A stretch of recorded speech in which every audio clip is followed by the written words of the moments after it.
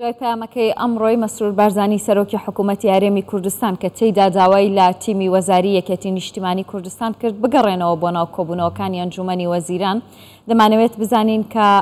ئیدی بە چه ئاراستەیەک دەڕوات ئەم کێشانە تا چەندێک بەڵێ بێگومان پەیامێن خودداژی داخوازت تیما یەکێتی کرد ئیتر بەستە بەگەڕێنە ناو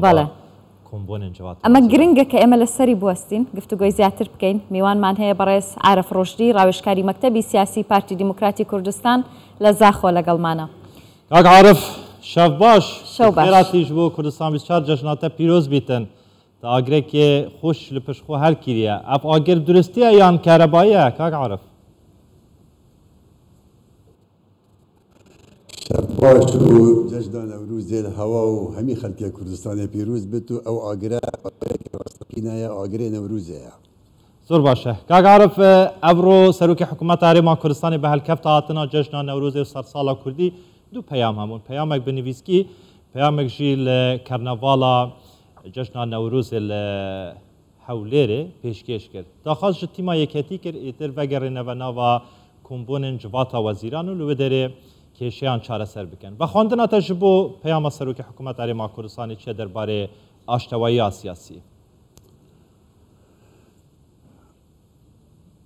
Peyama Cenab-ı Serok Wezîran diyar e pêdagîr e li ser peyamê berî nûk e ke daxwaz ji berez cêgirê xwe tîma Yekîtiya Niştimanî Kurdistan kiriye ku vegerine kombûnê Encûmena Wezîran. Çunke pêk ve belênek dayine xelkê Kurdistanê û Perlemanê Kurdistanê ke birîtiye karnama Hikûmetê Herêma Kurdistanê ke wekû nexşa rêgayek e wekû kôkirina daxwazê xelkê ye ku pêk ve kar bikin da cêbecê bikin. Ev berpirsiyarîtekî mezin e ser millet wan hizba evet ev û hikûmet pêkînayîn. Lewma Cenab-ı Serok Wezîran mukir e ser hevê çendê ku hevalê êketiye bizivir debe û bibne hevkar da ku wê berpirsiyarîtê pêk ve cêbecê bikin. Em wesa dibînin eger tîma êketiyê têbîniyek hebit yan îşgaliyetek hebitin dîrketin û qebûlnekirina berpirsiyarîtê çareser nabit. Cihê danûstandin û guftûgûyê û cihê baskirina kêşa diyar e ew jî kombînê Encûmena Wezîran e. Lewma Cenab-ı Serok Hikûmet ev rû careka dî bi helkefta cejna Newrûzê ke rûja berxwedan û rûja nehêlana stemkariyê bû daxwazê dike ji tîma êketiyê pêk vebên da ku çi dî mecal nedîne kesekê pêşêla mafê dibe bikitin ve niha ew erkel ser millet mehemiya ne ku em bên kêşa bû êket û duristîn belkî pêk ve em mil bidîne berpirsiyarîtê û ew kêşa min gel Bexda heye em pêk ve çareserkîn. کاک عارف پێشتریش ینی سەرۆکی حکوومەتی هەرێمی کوردستانەوەی گوتووە کە ئەنجومەنی وەزیران شوێنی گفتوگۆکردنە ینی پێویستە کە وەزیرەکان یاخود لایەنەکانەوانی کە نوێنەریان لە حکوومەت هەیە لەوێ گفتوگۆ بکەن لەبارەی کێشەکانەوە. پێتان وایە کە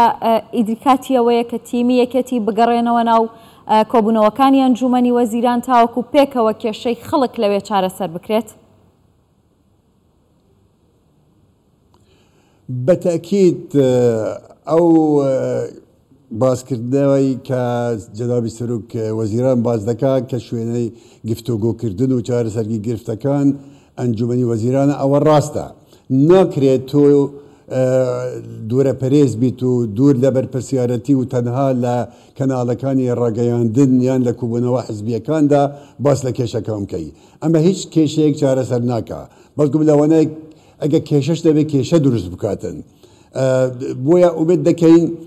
ئەو پەیامە شوێنی خۆی بگرێتن و پێش چەند سەعاتێک بیستمان کە قوبات وەڵامێکی هەبووە پێمان باشە ئەو وەڵامە ببێتە کردار ئەو وەڵامە وەکە پیوز بووە بەڕێز عارف کە قوبات چاوەڕوانی ئەو وەڵامە و سەردانی بکات و کۆبوونەوەی تایبەت لەگەڵ کاک مەسرور ئەنجام بدات و دوای پێکەوە لە کۆبوونەوەیەکی ئەنجومەنی وەزیراندا هەرچیشت هەیە باز بکرێت و پێکەوە چارەسەریکەن. زۆر باشە ئەس باوەرم کاک عارف تاهاشمە هەیە چکە میکرۆفۆنە تا هاتیە دەرڤە ji guhێتە نزان تاهاشمە هەیە؟ زۆر باشە بەڕێز عارف تبحثی برسوا قوبات طالبانی کرد برسوا قوبات طالبانی وکه پیوز بو چاره سرک و پشتی بین ودانا جشن نوروز او وگر ناوا جوات وزیران الودره گفتگوین خودست بکن جبو چاره سکنا کشین هاولاتیان جبو دابین کنا خدمت گزارین زیاده تر بو هاولاتیان وکه تیما یکیتی دی بیجیتن از بیجم کیشا نینه لیک احتمال لیک تینا گهشتن هبت او لیک تینا گهشتن قابلی چاره سریه اگه مشکلش بده دیتا چاره سر کرن بس وسط تخواستن پشتی نوروزه بوجه بجه کرنا وان دا خوازد خلقه بگرنا انجمنی وزیران و اگر اشکالک هبد اگر لیک تینا گشتنک هبتن اگر تبینیک هبتن الویره بتا بحث کرن از بارکم ایدی خلجی تحملا مناکد ام هر روز بحثا کشت خوب بکین ما کشت مستریت هین کشامل گل بغدایا کشامل گل پیرویا کشامل گل جنگیا يعني أبدا كيشت راسين لك بس من رولينك تايتها أجد شو لك دبل اللي هو تكرن أزبيجا خودي مش بقدر برسبرتي هي بيوم أوا أف بيوم جي خوب جريد وبرسبا كقوات ببتا عملي وبيتا سر باشا كاك عارف حقيقته مشكلة بيك بحث بكانو هاريكاري اكودو بين داكو او اشكالا نمينت كاك عارف بشتي بلاف كنا بياما سروكي حكومة هرما كردستاني هم ده سوشيال ميديا دا هم ده ميديا بشويكي قشتي دا بحثا بيكي كو سروكي حكومة تشتك نهلا يعني دست اشتوائيه دست پیشخری به همین شويكي دريش كده جبو و چنده كو اشتوائي سياسي لهرما كردستان دروز بي تايبه دنا و حكومة هرما كردستان دروز بيتم اگر پشتی بين ودانا نوروزه تیما یکتی نوگرت ناوجوات وزیران چاره سر چیه لجم پارتی؟ چاره سر او حکومت هول بدن او بوشایتیا هی چاره سر که بو بمنتفع شكون نابتن ووكي بارتي بريار دايا شبو في قراره نكتن يان بلانا هاي جبجه نكردت بارتي gelek singeki berfire berf çare serkirine beçuya. Mesela hel bejardine demakirine keşa az barkim her kese çeki vicdan habetin hiç tüştekli ne elaya. Ew da xwazet tîma eketî hey hemî hat de bersiv danê wek wan viyayî. Mesela çend bazdenî hate qebûl kirin, lîsta deng deran ya Iraqê hate qebûl kirin. تمام كرنا كوميسيونا هالبجاردنا هذا قبول كرن مثلا بيك هاتا الجل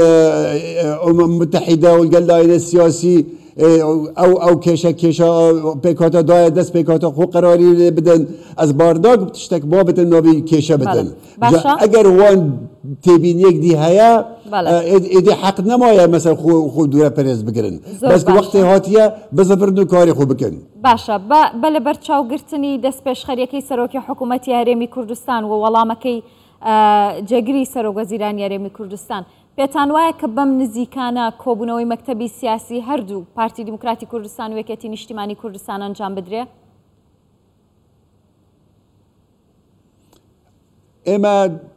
بەنسبەتی پارتی ئامادەیە هەر کاتێک برادرانی یەکەتی خوازیاری ئەوە بن کۆبوونەوە دەکرێت.